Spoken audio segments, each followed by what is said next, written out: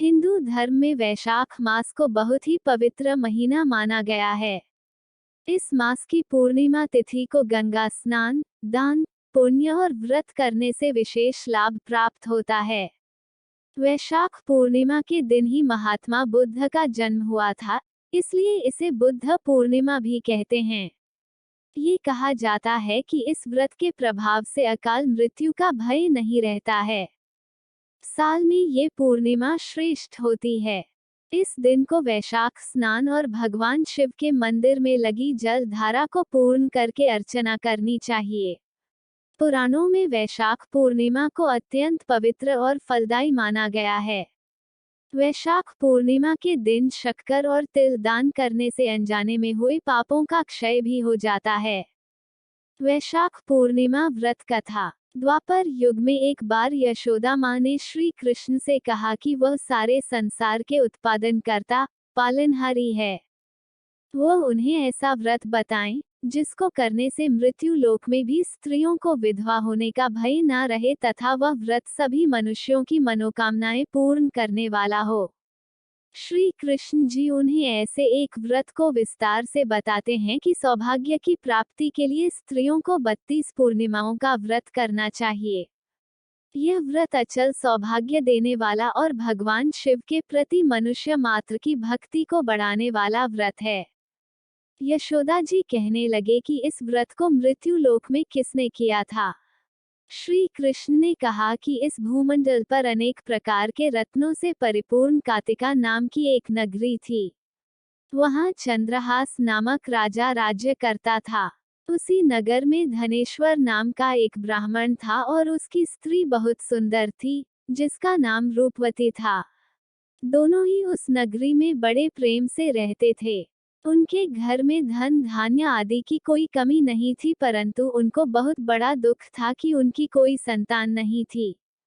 एक समय एक बड़ा योगी उस नगरी में आया।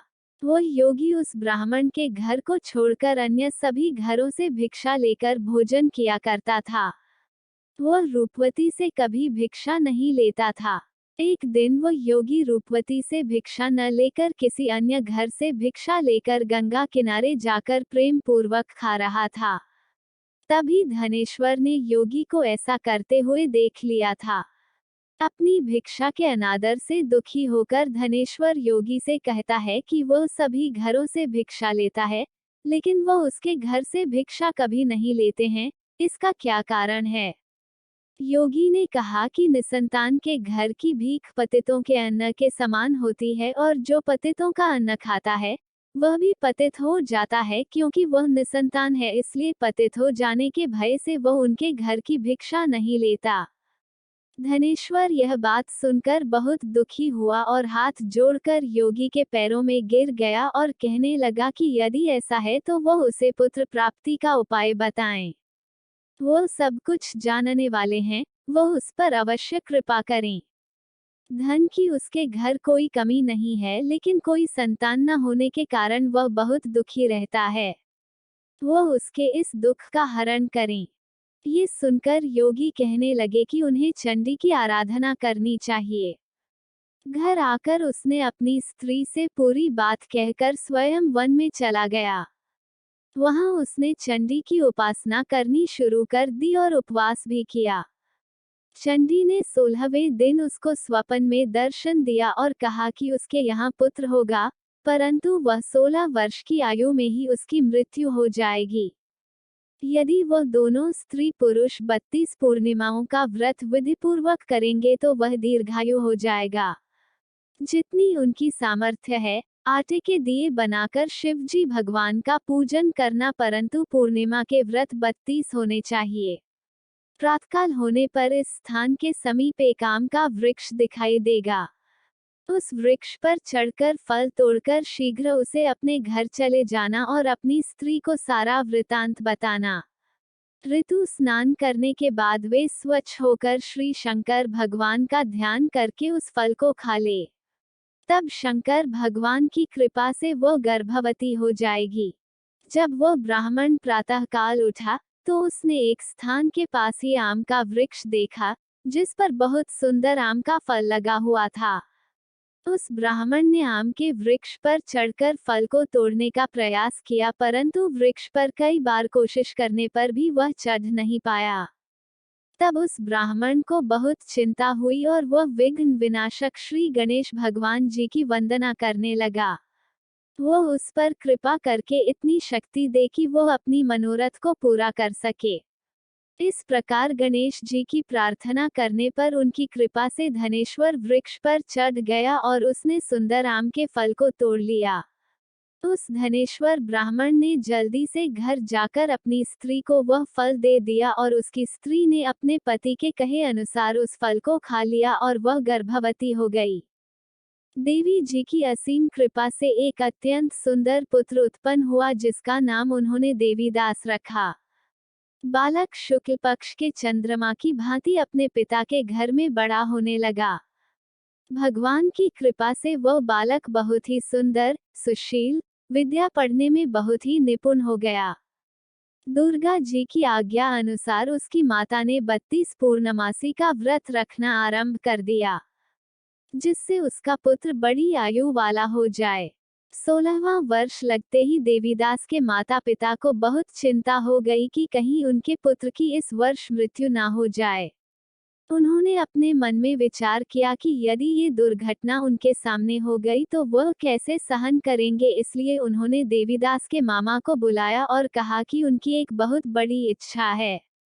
देवीदास 1 वर्ष तक काशी में जाकर विद्या का अध्ययन करे और उसको अकेला भी नहीं छोड़ना चाहिए, इसलिए वह साथ चले जाएं और 1 वर्ष के बाद इसे वापस ले आना।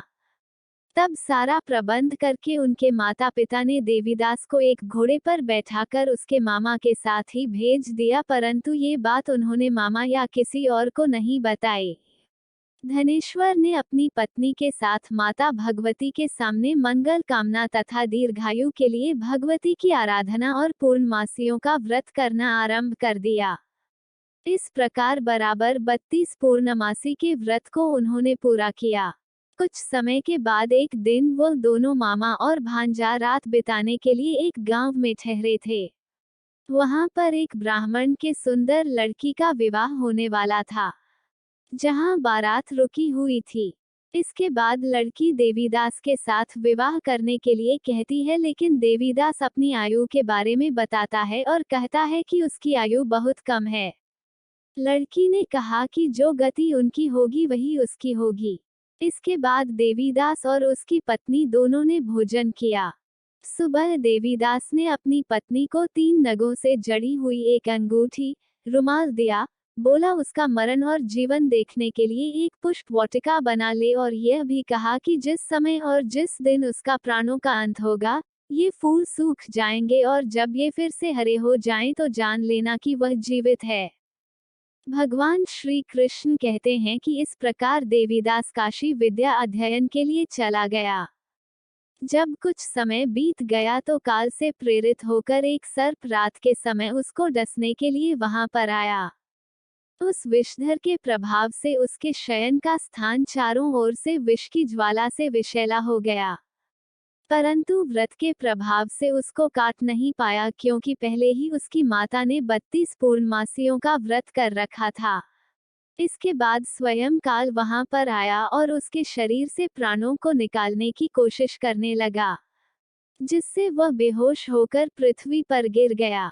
भगवान की कृपा से उसी समय माता पार्वती के साथ भगवान शंकर जी वहां पर आ गए। उसको बेहोश दशा में देखकर पार्वती जी ने भगवान से प्रार्थना की और कहा कि इस बालक की माता ने पहले ही 32 पूर्णमासियों का व्रत पूरा किया है और वो उसे प्राणदान दे। इस प्रकार शिव जी उसको प्राण देते हैं। इस व्रत के प्रभाव से काल को भी पीछे हटना पड़ा और देवीदास स्वस्थ होकर बैठ गया। उधर उसकी स्त्री उसके काल की प्रतीक्षा किया करती थी। जब उसने देखा कि उस पुष्प वाटिका में पुष्प सूख भी नहीं रहे, तो उसको बहुत हैरानी हुई। लेकिन जब वाटिका हरी भरी हो गई तो वह जान गई थी उसके पति को कुछ नहीं हुआ है। ये देखकर वो बहुत प्रसन्न मन से अपने पिता से कहने लगी कि उसके पति जीवित हैं और वे उन्हें खोजें। जब 16वां साल बीत जाने पर देवीदास अपने मामा के साथ काशी से वापस चला गया। उधर उनके ससुर घर में उनको खोजने के लिए जाने वाले ही थे कि वो दोनों मामा भांजा वहां आ गए। उनको आया हुआ देखकर उसके ससुर को बहुत प्रसन्नता हुई और वह प्रसन्नता के साथ उन्हें अपने घर ले गए। उस समय नगर के निवासी भी वहां इकट्ठे हो गए और कन्या ने भी लड़कों को पहचान लिया था। कुछ दिन बाद देवीदास अपनी पत्नी और मामा के साथ बहुत से उपहार लेकर अपने नगर में चले गए। वो अपने गांव के निकट पहुंच गए तो कई लोगों ने उसको देखकर उसके माता पिता को पहले ही खबर दे दी कि उनका पुत्र देवीदास अपनी पत्नी और मामा के साथ आ रहा है। ऐसा सुनकर उनके माता पिता बहुत ही खुश हुए थे।